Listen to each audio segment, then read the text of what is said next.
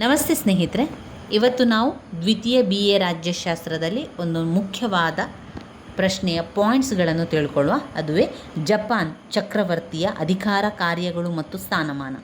Japan ಚಕ್ರವರ್ತಿಗಳು ಬ್ರಿಟನ್ನಿನ ರಾಜಪ್ರಭುತ್ವದಂತೆ ಜಪಾನಿನ ರಾಜಪ್ರಭುತ್ವವು ಸಹ ಆನುವಂಶಿಕ ಸಂಸ್ಥೆಯಾಗಿದೆ. ಅಂದರೆ ಅದೇ ರೀತಿಯ ಒಂದು ಆನುವಂಶಿಕ ಸಂಸ್ಥೆಯಾಗಿರುವಂಥದ್ದು. ಜಪಾನಿನ ಸಂಸತ್ತು ಜಪಾನಿನ ಡಯಟ್ ಪಾಸು ಮಾಡಿದ ಇಂಪೀರಿಯರ್ ಹೌಸ್ ಲಾ ಸಿಂಹಾಸನದ ಹಕ್ಕುದಾರಿಕೆಯನ್ನು ನಿರ್ಧರಿಸಿದೆ. ಇಂಪೀರಿಯರ್ ಹೌಸ್ ಕಾಯ್ದೆಯನ್ನು ರಚಿಸುವ, ತಿದ್ದುಪಡಿ ಮಾಡುವ, ರದ್ದುಗೊಳಿಸುವ ಅಧಿಕಾರ ಕೇವಲ ಇರುವಂಥದ್ದು ಯಾರಿಗೆ? ಡಯಟಿಗೆ ಮಾತ್ರ ಇದೆ.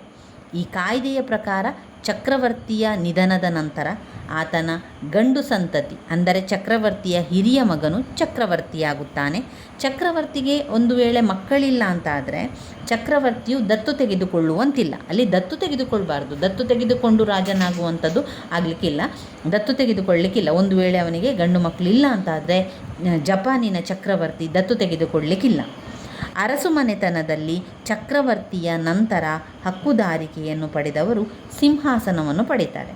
ನೂತನ ಚಕ್ರವರ್ತಿಯು ಯಾವುದಾದರೊಂದು ಕಾಯಿಲೆಯಿಂದ ಆಳಲು ಅಸಮರ್ಥರಾದಾಗ ಇಂಪೀರಿಯರ್ ಕೌನ್ಸಿಲಿಂಗ್ ಸದಸ್ಯರು ಪ್ರಧಾನಮಂತ್ರಿಗಳ ಅಧ್ಯಕ್ಷತೆಯಲ್ಲಿ ಸಭೆ ಸೇರಿ ಸಿಂಹಾಸನವನ್ನು ಯಾರಿಗೆ ನೀಡಬೇಕು ಎಂಬ ಬಗ್ಗೆ ನಿರ್ಣಯವನ್ನು ತೆಗೆದುಕೊಳ್ತಾರೆ. 18 ವರ್ಷಗಳಿಗಿಂತ ಕಡಿಮೆ ವಯಸ್ಸಿನವರು ಸಿಂಹಾಸನಕ್ಕೆ ಬಂದಲ್ಲಿ ಓರ್ವ ಪ್ರತಿನಿಧಿಯನ್ನು ನೇಮಿಸಲಾಗ್ತದೆ. ಅವನ ಜೊತೆಗೆ, ಅಂದರೆ ಅವನಿಗೆಲ್ಲ ಗೊತ್ತಾಗುವುದಿಲ್ಲ, ಅವನು ಚಿಕ್ಕವನಿದ್ದಾನೆ ಅಂತ ಕಾರಣದಿಂದ ಚಕ್ರವರ್ತಿಯ ಹೆಸರಿನಲ್ಲಿ ರಾಜಪ್ರತಿನಿಧಿಯೇ ಅವರ ಕಾರ್ಯಗಳನ್ನು ನೋಡಿಕೊಳ್ತಾರೆ. ಒಟ್ಟಾರೆ ಸಿಂಹಾಸನಕ್ಕೆ ಹಕ್ಕುದಾರಿಕೆಯನ್ನು ಜನತೆಯೇ ನಿರ್ಧರಿಸುತ್ತಾರೆಯೇ ಹೊರತು ರಾಜಮನೆತನದ ಸದಸ್ಯರಲ್ಲ. ರಾಜಮನೆತನದವರು ಯಾರು ಆಗಬೇಕು, ಯಾರು ರಾಜ ಆಗಬೇಕು, ಯಾರು ಸ್ಥಾನವನ್ನು ಪಡೆದುಕೊಳ್ಬೇಕು ಅಂತ ಹೇಳ್ತಾ ಇಲ್ಲ. ಇಲ್ಲೇನು ಮಾಡ್ತಾರೆ? ಜನತೆಯೇ ಅವರ ಸಿಂಹಾಸನಕ್ಕೆ ಹಕ್ಕುದಾರಿಕೆಯನ್ನು ಜನತೆಯೇ ನಿರ್ಧರಿಸುತ್ತಾರೆ ಹೊರತು ರಾಜಮನೆತನದ ಸದಸ್ಯರು ಹೇಳಿದ ರೀತಿಯಲ್ಲಿ ಅವರು ಮಾಡೋದಿಲ್ಲ. ಇನ್ನು ಜಪಾನಿನ ಚಕ್ರವರ್ತಿಯ ಅಧಿಕಾರ ಮತ್ತು ಕಾರ್ಯಗಳೇನೆಲ್ಲ ಇದೆ? ಜಪಾನಿನ ಸಂವಿಧಾನ 6ನೇ ಸಂವಿಧಾನ ಮತ್ತು 7ನೆಯ ವಿಧಿಯಲ್ಲಿ 6 ಮತ್ತು 7ನೆಯ ವಿಧಿ, ಜಪಾನ್ ಸಂವಿಧಾನದ 6 ಮತ್ತು 7ನೆಯ ವಿಧಿ ಚಕ್ರವರ್ತಿಯ ಕಾರ್ಯಗಳನ್ನು ಉಲ್ಲೇಖಿಸಿವೆ. ಆತನ ಅಧಿಕಾರ ಮತ್ತು ಕರ್ತವ್ಯಗಳನ್ನು ಈ ರೀತಿಯಾಗಿ ಕೊಟ್ಟಿದ್ದಾರೆ. ಒಂದು, ಕಾರ್ಯಾಂಗೀಯ ಅಧಿಕಾರಗಳು, ಶಾಸನೀಯ ಕಾರ್ಯಗಳು, ನ್ಯಾಯಿಕ ಅಧಿಕಾರಗಳಂತ 3 ಕಾರ್ಯಗಳನ್ನು ಕೊಟ್ಟಿದ್ದಾರೆ. ಕಾರ್ಯಾಂಗೀಯ ಅಧಿಕಾರಗಳು, ಶಾಸನೀಯ ಕಾರ್ಯಗಳು, ನ್ಯಾಯಾಂಗೀಯ ಅಧಿಕಾರಗಳು. ಕಾರ್ಯಾಂಗೀಯ ಅಧಿಕಾರದಲ್ಲಿ ಏನೆಲ್ಲ ಕೆಲಸಗಳಿದೆ? ಜಪಾನಿನ ಚಕ್ರವರ್ತಿ ಅಂದರೆ ರಾಜನಿಗೆ, ಜಪಾನಿನ ಚಕ್ರವರ್ತಿಯು ವ್ಯಾಪಕವಾಗಿ ಕಾರ್ಯಾಂಗದ ಅಧಿಕಾರಗಳನ್ನು ಹೊಂದಿರುವಂಥದ್ದು. ಅದರಲ್ಲಿ ಒಂದು, ಡಯಟ್ ಗೊತ್ತು ಮಾಡಿದವರನ್ನು, ಪ್ರಧಾನಿಯನ್ನು ಚಕ್ರವರ್ತಿಯು ನೇಮಿಸುತ್ತಾನೆ. ಚಕ್ರವರ್ತಿಯು ಯಾರನ್ನು ನೇಮಿಸುವಂಥದ್ದು? ಡಯಟ್ ಗೊತ್ತು ಮಾಡಿದವರನ್ನು ಚಕ್ರವರ್ತಿಯು ನೇಮಕ ಮಾಡ್ತಾನೆ. ಡಯಟ್ ಗೊತ್ತು ಮಾಡಿದವರನ್ನು ಪ್ರಧಾನಿಯನ್ನು ಚಕ್ರವರ್ತಿಯು ನೇಮಕ ಮಾಡುತ್ತಾನೆ. 2ನೇದಾಗಿ, ಮಂತ್ರಿಗಳು ಮತ್ತು ಇತರ ಅಧಿಕಾರಿಗಳ ನೇಮಕಾತಿ ವಜಾ ಆದೇಶಗಳಿಗೆ ಚಕ್ರವರ್ತಿಯು ದೃಢೀಕರಿಸುತ್ತಾನೆ. ಮಂತ್ರಿಗಳು ಮತ್ತು ಇತರ ಅಧಿಕಾರಗಳ ವಜಾ ಮಾಡುವುದಕ್ಕೆ ಚಕ್ರವರ್ತಿಯು ದೃಢೀಕರಿಸುತ್ತಾನೆ. 3, ವಿದೇಶಿ ರಾಯಭಾರಿಗಳನ್ನು ಮತ್ತು ಮಂತ್ರಿಗಳನ್ನು ಬರಮಾಡಿಕೊಳ್ಳುವಂಥದ್ದು. ವಿದೇಶದಿಂದ ಜನರನ್ನು ಕರೆಸಿಕೊಳ್ಳುವಂಥದ್ದು, ವಿದೇಶಿ ರಾಯಭಾರಿಗಳನ್ನು ಹಾಗೂ ಮಂತ್ರಿಗಳನ್ನು ಬರಮಾಡಿಕೊಳ್ಳುವುದು. ಡಿ, ಪರರಾಷ್ಟ್ರದೊಡನೆ ಮಾಡಿಕೊಂಡ ಮಾಡಿಕೊಂಡಂತಹ ಒಪ್ಪಂದಗಳಿಗೆ ಸಮ್ಮತಿಯನ್ನು ನೀಡುವುದು. ಪರರಾಷ್ಟ್ರದೊಡನೆ ಮಾಡಿಕೊಂಡಂಥ ಒಪ್ಪಂದಗಳಿಗೆ ಸಮ್ಮತಿಯನ್ನು ಕೊಡುವುದು. ಆಮೇಲೆ 5, ಸಚಿವ ಸಂಪುಟದ ಸಲಹೆ ಮೇರೆಗೆ, ಸಚಿವ ಸಂಪುಟದ ಸಮಯದ ಮೇಲೆಗೆ ಕ್ಷಮಾದಾನ ನೀಡುವುದು, ಇಲ್ಲವೇ ಶಿಕ್ಷೆಯನ್ನು ಕಡಿಮೆ ಮಾಡುವುದು ಮತ್ತು ಔಪಚಾರಿಕ ಕಾರ್ಯಗಳನ್ನು ನೆರವೇರಿಸುವುದು. ಇನ್ನು ಶಾಸನೀಯ ಕಾರ್ಯಗಳು, ಏನೆಲ್ಲ ಶಾಸನೀಯ ಕಾರ್ಯಗಳಿದೆ? ಜಪಾನ್ ಚಕ್ರವರ್ತಿಯ ಶಾಸನೀಯ ಕಾರ್ಯಗಳು ಈ ರೀತಿಯಾಗಿದೆ. ಡಯಟ್ನ ಅಧಿವೇಶನಗಳನ್ನು ಕರೆಯುವುದು. ಅವನ ಶಾಸನೀಯ ಕಾರ್ಯಗಳಲ್ಲಿ 1, ಡಯಟ್ನ ಅಧಿವೇಶನವನ್ನು ಕರೆಯುವುದು. 2, ಡಯಟ್ನ ಕೆಳಮನೆಯಾದ ಪ್ರತಿನಿಧಿಗಳ ಸಭೆಯನ್ನು ಅವರು ಅವಧಿ ಮುಗಿಯದ ನಂತರ ಅವರಿಗೆ ಅವಧಿಗೆ ಮುನ್ನ ಪ್ರಧಾನಮಂತ್ರಿಯ ಸಲಹೆ ಮೇರೆಗೆ ವಿಸರ್ಜಿಸುವುದು. ಡಯಟ್ನ ಕೆಳಮನೆಯಾದ ಪ್ರತಿನಿಧಿಗಳ ಸಭೆಯನ್ನು ಅದರ ಅವಧಿ ಮುಗಿದ ನಂತರ ಆ ಅವಧಿ ಮುಗಿಯುವ ಮುನ್ನ ಮಂತ್ರಿಯ ಸಲಹೆಗೆ ಮೇಲೆಗೆ ಅವುಗಳನ್ನು ವಿಸರ್ಜಿಸುವುದು. ಡಯಟ್ನ ಚುನಾವಣೆಯನ್ನು ಘೋಷಿಸುವುದು. ಸಂವಿಧಾನಾತ್ಮಕ ತಿದ್ದುಪಡಿಗಳು, ಕಾಯ್ದೆಗಳು, ಕ್ಯಾಬಿನೆಟ್ನ ಆಜ್ಞೆಗಳು ಮತ್ತು ಒಪ್ಪಂದಗಳಿಗೆ ಅಧಿಕಾರ ಮುದ್ರೆಯನ್ನು ಹಾಕುವುದು.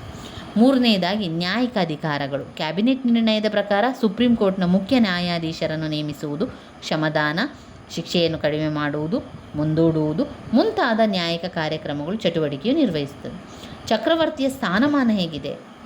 ಜಪಾನಿನ ಚಕ್ರವರ್ತಿಯು ಅಧಿಕಾರ ಮತ್ತು ಕಾರ್ಯಗಳು ಕೇವಲ ಔಪಚಾರಿಕವಾಗಿದ್ದು ನಾಮ ಮಾತ್ರ ಮುಖ್ಯಸ್ಥನಾಗಿ ಕಾರ್ಯ ಕೂಡ ನಿರ್ವಹಿಸ್ತಾನೆ.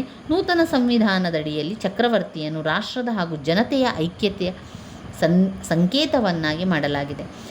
ಆತನು ಆಳುವವನೇ ಹೊರತು ಆಡಳಿತ ನಡೆಸುವವನಲ್ಲ. ಆತನಿಗೆ ನೈಜ ಅಧಿಕಾರಗಳಿಲ್ಲ. ಮಂತ್ರಿಮಂಡಲದ ಸಲಹೆ ಮೇರೆಗೆ ಆತನು ಕಾರ್ಯನಿರ್ವಹಿಸುತ್ತಾನೆ. ಶಾಸನೀಯ ಮತ್ತು ಆಡಳಿತ ವಿಷಯಗಳಲ್ಲಿ ಚಕ್ರವರ್ತಿಗೆ ಎಷ್ಟೇನೂ ಪರಿಣಾಮಕಾರಿಯಾದ ಪಾತ್ರವಿಲ್ಲ. ತಾಂತ್ರಿಕವಾಗಿ ಹೇಳುವುದಾದರೆ ಆತನು ರಾಜ್ಯದ ಮುಖ್ಯಸ್ಥನಲ್ಲ, ಕೇವಲ ರಾಜ್ಯದ ಸಂಕೇತವಷ್ಟೇ. ಚಕ್ರವರ್ತಿಯು ಕಾನೂನಿಗಿಂತಲೂ ಮಿಗಿಲಾದವನಲ್ಲ.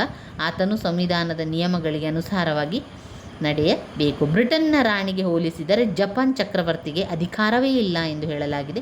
ಬ್ರಿಟನ್ನ ಅರಸರು ಸಮಾಲೋಚಿಸುವ ಹಕ್ಕು, ಪ್ರೋತ್ಸಾಹಿಸುವ ಹಕ್ಕು, ಎಚ್ಚರಿಕೆ ನೀಡುವ ಹಕ್ಕನ್ನು ಹೊಂದಿದ್ದಾರೆ.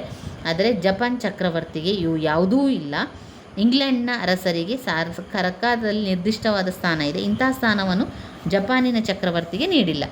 ಇದರಲ್ಲಿ ಚಕ್ರವರ್ತಿಯ ಅಧಿಕಾರ ಮತ್ತು ಕಾರ್ಯದಲ್ಲಿ ಒಂದು ಕಾರ್ಯಾಂಗೀಯ ಅಧಿಕಾರ, ಶಾಸನೀಯ ಅಧಿಕಾರ, ನ್ಯಾಯಾಂಗೀಯ ಅಧಿಕಾರ. ಇನ್ನು ಚಕ್ರವರ್ತಿಯ ಸ್ಥಾನಮಾನ ನಾವು ನೋಡಿಕೊಂಡೆವು. ಅದರಲ್ಲಿ ಆತನು ಆಳುವವನೇ ಹೊರತು ಆಡಳಿತ ನಡೆಸುವವನಲ್ಲ. ಹೀಗೆ ಜಪಾನಿನ ಚಕ್ರವರ್ತಿಗೆ ಇಂಗ್ಲೆಂಡಿನ ದೊರೆಗಿಂತ ಕಡಿಮೆ ಅಧಿಕಾರ ಇರುವಂಥದ್ದನ್ನು ಕಾಣಬಹುದು. ಆದರೆ ಜನರಲ್ಲಿ ಚಕ್ರವರ್ತಿಯ ಬಗ್ಗೆ ಜಪಾನಿನಲ್ಲಿ ತುಂಬ ಆದರ ಮತ್ತು ಗೌರವ ಇದೆ. ಜಪಾನಿನಲ್ಲಿ ಒಬ್ಬ ಚಕ್ರವರ್ತಿ ಅಂತ ಹೇಳಿದಾಗ ಅವನಿಗೆ ತುಂಬ ಆದರ ಗೌರವಗಳೆಲ್ಲ ಇದೆ. 2000 ವರ್ಷಗಳ ಜಪಾನಿನ ಐಕ್ಯತೆ ಮತ್ತು ಸುಭದ್ರತೆಗಳ ಸಂಕೇತವಾಗಿ ಚಕ್ರವರ್ತಿಗಳು ಇರುವಂಥದ್ದು. ರಾಷ್ಟ್ರಪ್ರೇಮ ಜನರಲ್ಲಿ ಉತ್ಕೃಷ್ಟವಾಗಿರಲು ಸಿಂಹಾಸನಕ್ಕೆ ಅವರು ನೀಡುವ ಗೌರವವೇ ಮುಖ್ಯ ಕಾರಣ ಆಗಿದೆ. ಇಂದಿಗೂ ಕೂಡ ಜಪಾನಿನ ಚಕ್ರವರ್ತಿಯು ರಾಷ್ಟ್ರದ ಇತಿಹಾಸ, ರಾಷ್ಟ್ರದ ಪರಂಪರೆ, ರಾಷ್ಟ್ರದ ಸಾಧನೆಗಳ ಜೀವಂತ ಸಂಕೇತವಾಗಿದ್ದಾರೆ. ವಾಸ್ತವಿಕವಾಗಿ ಹೇಳುವುದಾದರೆ ಚಕ್ರವರ್ತಿಯು ಜಪಾನಿಯರ ಜೀವನದಲ್ಲಿ ಮಹತ್ತರವಾದ ಪಾತ್ರವನ್ನು ಕೂಡ ವಹಿಸುತ್ತಾ ಅಪಾರವಾದ ಪ್ರಭಾವ, ಅಧಿಕಾರ ಹಾಗೂ ಪ್ರತಿಷ್ಠೆಯನ್ನು ಗಳಿಸಿದ್ದಾರೆ. ಇವಿಷ್ಟು ಜಪಾನಿನ ಚಕ್ರವರ್ತಿ ಅಧಿಕಾರ, ಕಾರ್ಯಗಳು ಮತ್ತು ಸ್ಥಾನಮಾನ ಅಂತ ಕೊಟ್ಟಾಗ ನಾವು ಬರಿತಾ ಹೋಗಬೇಕು. ಇಲ್ಲಿ ನೆನಪಲ್ಲಿ ಇಟ್ಕೊಳ್ಳಿ 3 ಪಾಯಿಂಟ್ಸ್ಗಳು: ಕಾರ್ಯಾಂಗೀಯ ಅಧಿಕಾರ, ಶಾಸನೀಯ ಅಧಿಕಾರ, ನ್ಯಾಯಾಂಗೀಯ ಅಧಿಕಾರ. ಕಾರ್ಯಾಂಗೀಯ ಅಧಿಕಾರದಲ್ಲಿ 1, ಡಯಟ್ ಗೊತ್ತು ಮಾಡಿದವರನ್ನು ಪ್ರಧಾನಿಯನ್ನು ಚಕ್ರವರ್ತಿಯು ನೇಮಿಸುತ್ತಾನೆ. 2, ಮಂತ್ರಿಗಳ ಮತ್ತು ಇತರ ಅಧಿಕಾರಿಗಳ ನೇಮಕಾತಿ ಹಾಗೂ ವಜಾ ಆದೇಶಗಳಿಗೆ ಚಕ್ರವರ್ತಿಯು ದೃಢೀಕರಿಸುತ್ತಾನೆ. ವಿದೇಶಿ ರಾಯಭಾರಿಗಳನ್ನು ಮತ್ತು ಮಂತ್ರಿಗಳನ್ನು ಬರಮಾಡಿಕೊಳ್ಳುವುದು. 4, ಪರರಾಷ್ಟ್ರಗಳೊಡನೆ ಮಾಡಿಕೊಂಡಂಥ ಒಪ್ಪಂದಗಳಿಗೆ ಸಮ್ಮತಿ ನೀಡುವುದು. 5, ಸಚಿವ ಸಂಪುಟದ ಸಲಹೆ ಮೇರೆಗೆ ಕ್ಷಮದಾನ ನೀಡುವುದು ಇಲ್ಲವೇ ಶಿಕ್ಷೆಯನ್ನು ಕಡಿಮೆ ಮಾಡುವುದು ಮತ್ತು ಔಪಚಾರಿಕ ಕಾರ್ಯಗಳನ್ನು ನೆರವೇರಿಸುವುದು. ಇದು ಕಾರ್ಯಾಂಗೀಯ ಅಧಿಕಾರದಲ್ಲಿ ಬರುವಂಥ ಪಾಯಿಂಟ್ಸ್ಗಳು. ಇನ್ನು ಶಾಸನೀಯ ಅಧಿಕಾರದಲ್ಲಿ ಶಾಸನೀಯ ಕಾರ್ಯಗಳು, ಅದರಲ್ಲಿ ಡಯಟ್ನ ಅಧಿವೇಶನಗಳನ್ನು ಕರೆಯುವುದು, ಡಯಟ್ನ ಕೆಳಮನೆಯಾದ ಪ್ರತಿನಿಧಿಗಳ ಸಭೆಯನ್ನು ಅದರ ಅವಧಿ ಮುಗಿದ ನಂತರ ಅಥವಾ ಅವಧಿಗೆ ಮುನ್ನ ಪ್ರಧಾನಮಂತ್ರಿಯ ಸಲಹೆ ಮೇರೆಗೆ ವಿಸರ್ಜಿಸುವುದು, ಡಯಟ್ನ ಚುನಾವಣೆಯನ್ನು ಘೋಷಿಸುವುದು, ಸಂವಿಧಾನಾತ್ಮಕ ತಿದ್ದುಪಡಿಗಳು, ಕಾಯ್ದೆಗಳು, ಕ್ಯಾಬಿನೆಟ್ನ ಆಜ್ಞೆಗಳು ಮತ್ತು ಒಪ್ಪಂದಗಳಿಗೆ ಅಧಿಕಾರ ಮುದ್ರೆಯನ್ನು ಹಾಕುವುದು. ಆಮೇಲೆ ನ್ಯಾಯಾಂಗೀಯ ಅಧಿಕಾರಗಳು. ಕ್ಯಾಬಿನೆಟ್ ನಿರ್ಣಯದ ಪ್ರಕಾರ ಪಾಸಿಟಿವ್ ಕೋರ್ಟಿನ ಮುಖ್ಯ ನ್ಯಾಯಾಧೀಶರನ್ನು ನೇಮಿಸುವುದು, ಕ್ಷಮದಾನ, ಶಿಕ್ಷೆಯನ್ನು ಕಡಿಮೆ ಮಾಡುವುದು, ಮುಂದೂಡುವುದು ಮುಂತಾದ ನ್ಯಾಯಿಕ ಕಾರ್ಯಗಳು ಚಕ್ರವರ್ತಿಯು ನಿರ್ವಹಿಸುತ್ತಾರೆ. ಇವಿಷ್ಟು ನಾವು ನೆನಪಲ್ಲಿಟ್ಕೊಳ್ಳಿ ಸ್ನೇಹಿತರೆ. ನನ್ನ ವೀಡಿಯೋಸ್ ಎಲ್ಲ ನಿಮಗೆ ಇಷ್ಟ ಆಗಿದ್ದರೆ ಲೈಕ್ ಕೊಡಿ, ಶೇರ್ ಮಾಡಿ, ಸಬ್ಸ್ಕ್ರೈಬ್ ಮಾಡಲಿಕ್ಕೆ ಮರಿಬೇಡಿ. ಧನ್ಯವಾದಗಳು.